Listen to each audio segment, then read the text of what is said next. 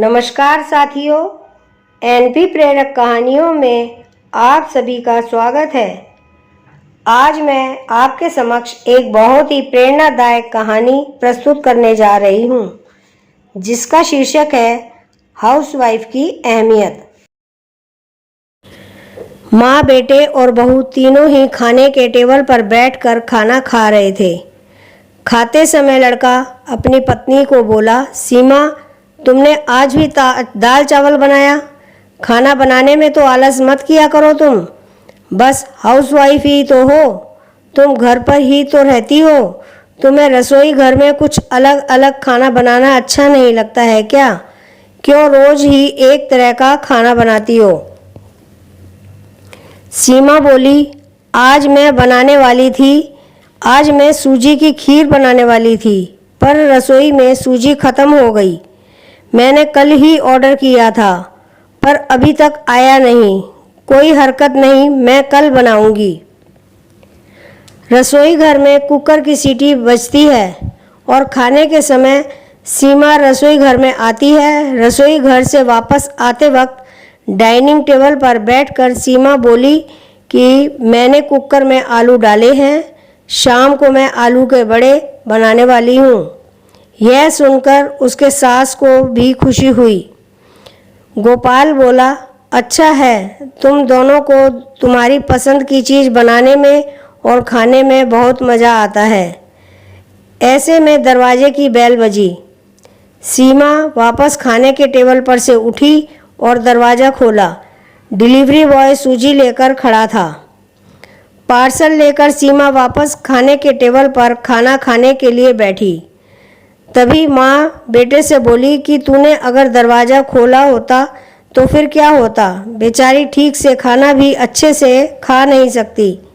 तो बेटा बोला, सॉरी, मैं उठ नहीं सकता, मुझे ऑफिस जाने के लिए देर हो रही है। फिर रूम में चला जाता है। वो सीमा को आवाज़ देता है, मेरी फाइल मिल नहीं रही है, तुम ढूंढ कर दो सीमा। फिर एक बार खाने की टेबल से उठने वाली थी और उसके तरफ जाने वाली थी, तभी सास ने उसे रोका। छोटा बच्चा नहीं है वो, खाना खाओ तुम खाना। थोड़ी देर बाद रूम से गोपाल की आवाज़ आई, फाइल मिल गई। सास और बहू दोनों ही खाने के टेबल पर एक दूसरे की तरफ देखकर हंसने लगी। गोपाल ऑफिस जाने के लिए निकल गया। सीमा ने सारा काम खत्म किया। रात को आलू बड़ा खिचड़ी भी बनाई। खाना देख गोपाल और सास खुश हो जाते हैं। सीमा सब काम निपटा के सो जाती है। दूसरे दिन सुबह गोपाल उसके बेडरूम में फाइल ढूंढ रहा था और वह फाइल ढूंढने की वजह से बेडरूम पूरा अस्त व्यस्त कर दिया। गोपाल अकेले में बड़बड़ा रहा था, इस घर में कभी भी कोई चीज़ समय पर नहीं मिलती है। इन औरतों को कोई काम नहीं होता, इसलिए दिन भर इधर का सामान उधर करती रहती हैं। उसके आवाज़ से सीमा वापस उसके रूम में आती है और रूम की बुरी हालत देखकर उसे गोपाल पर बहुत गुस्सा आता है। वह गोपाल को पूछती है, आप क्या कर रहे हो? तभी गोपाल बोलता है, मैंने तुम्हें पिछले दिन दी हुई फाइल कहाँ पर है? सीमा तुरंत वह फाइल बाहर निकालती है और वह गोपाल को दे देती है। सीमा गोपाल को कहता है, इतना सारा सामान बिखेरने से पहले मुझे एक बार पूछा तो होता, कितना सामान बिखरा पड़ा है। मैं क्या दिन भर यही काम करती रहूं क्या? उल्टा गोपाल सीमा पर चिल्ला देता है और बोलता है कि क्या काम रहता है दिन भर तुम्हें? इतना काम भी तुम नहीं कर सकती क्या? दिन भर सोते ही रहती हो सिर्फ।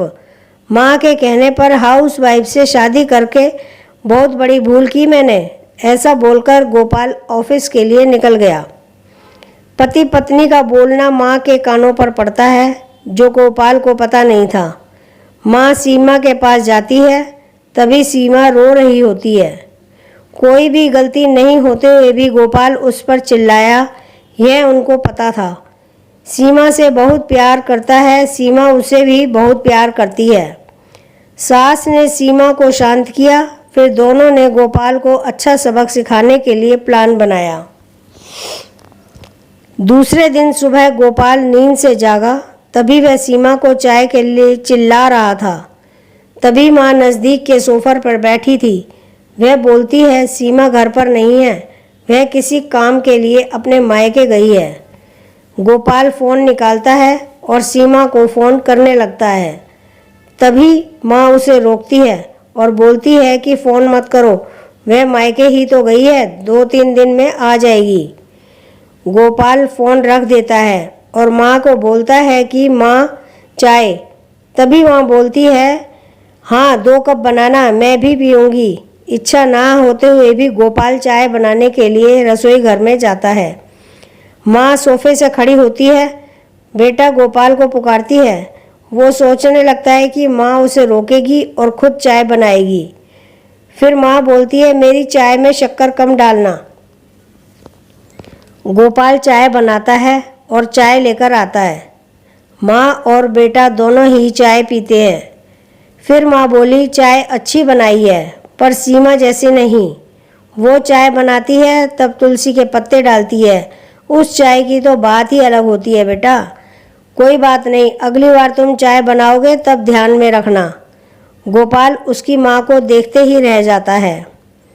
थोड़ी देर बाद गोपाल उसकी माँ को बोलता है, माँ आज मैं मटर पनीर खाना चाहता हूँ। माँ फिर से गोपाल की तरफ देखकर बोली, अरे वाह, आज मेरा बेटा मटर पनीर बनाएगा और मुझे खाने के लिए देगा। अच्छा हुआ, बहुत दिनों से मटर पनीर खाने की इच्छा हो रही थी। तभी गोपाल बोला, अरे माँ, मटर पनीर आपको बनाने के लिए कहने वाला था। तभी उसे माँ बोली, नहीं बेटा, मेरे घुटने बहुत दुखते हैं, मैं इतनी देर रसोई घर में खड़ी नहीं रह सकती। तभी गोपाल उसका फ़ोन निकालता है और रेस्टोरेंट से ऑर्डर देने लगता है। तभी माँ उसे रोकती है और बोलती है, मुझे वह होटल का खाना पचता नहीं, मुझे गैस हो जाती है और तुम मुझे बाहर का खाना खिलाने वाले हो क्या? शायद माँ से प्यार नहीं करते हो तुम गोपाल। तभी गोपाल खाना बनाने के लिए रसोई घर में जाता है। 1 घंटे बाद खाना तैयार होता है। 2 थाली में खाना लेकर गोपाल उसकी माँ के पास आता है। गोपाल ने दाल चावल बनाया है। माँ देखती है, गोपाल को बोली, अरे बेटा, तुम मटर पनीर बनाने वाले थे। गोपाल बोला कि माँ यह आसान है बनाने के लिए।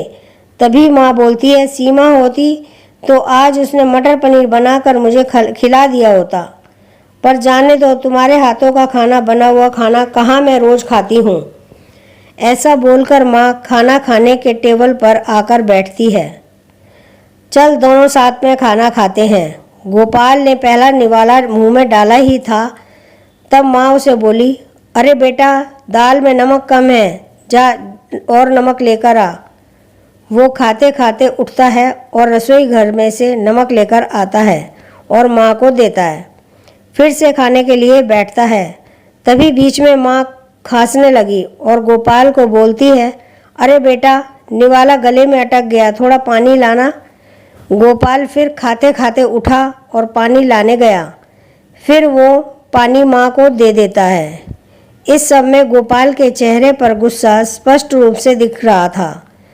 गोपाल को अब समझ में आ रहा था कि वह सीमा के साथ जिस प्रकार बर्ताव कर रहा था उसे कितना बुरा लगता होगा।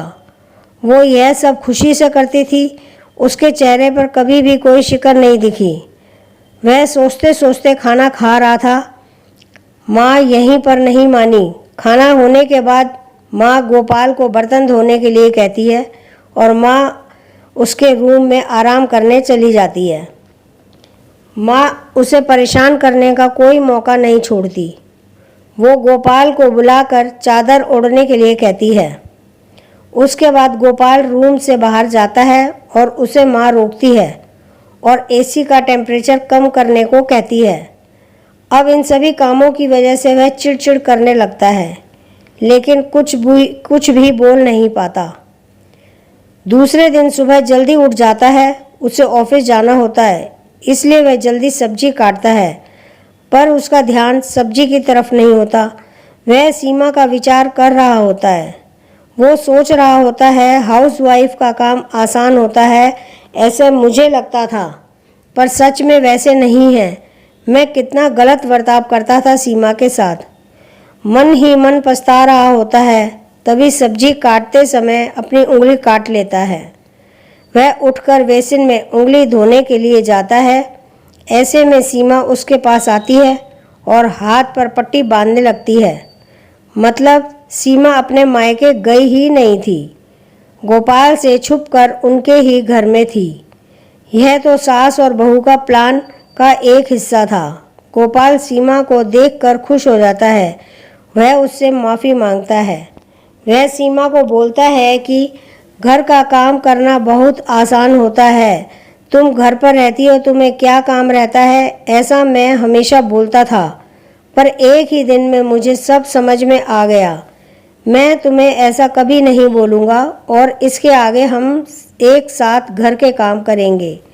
अगर घर हमारे दोनों का है तो घर के काम भी हम दोनों ही करेंगे।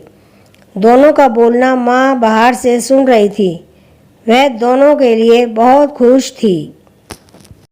साथियों, अगर आपको ये प्रेरक कहानी अच्छी लगी हो तो आप इसे लाइक करें, कमेंट करें, शेयर करें और सब्सक्राइब करके बेल आइकन बटन दबाना ना भूलें, जिससे कि आप सबसे पहले हमारे आने वाली कहानी सुन सकें।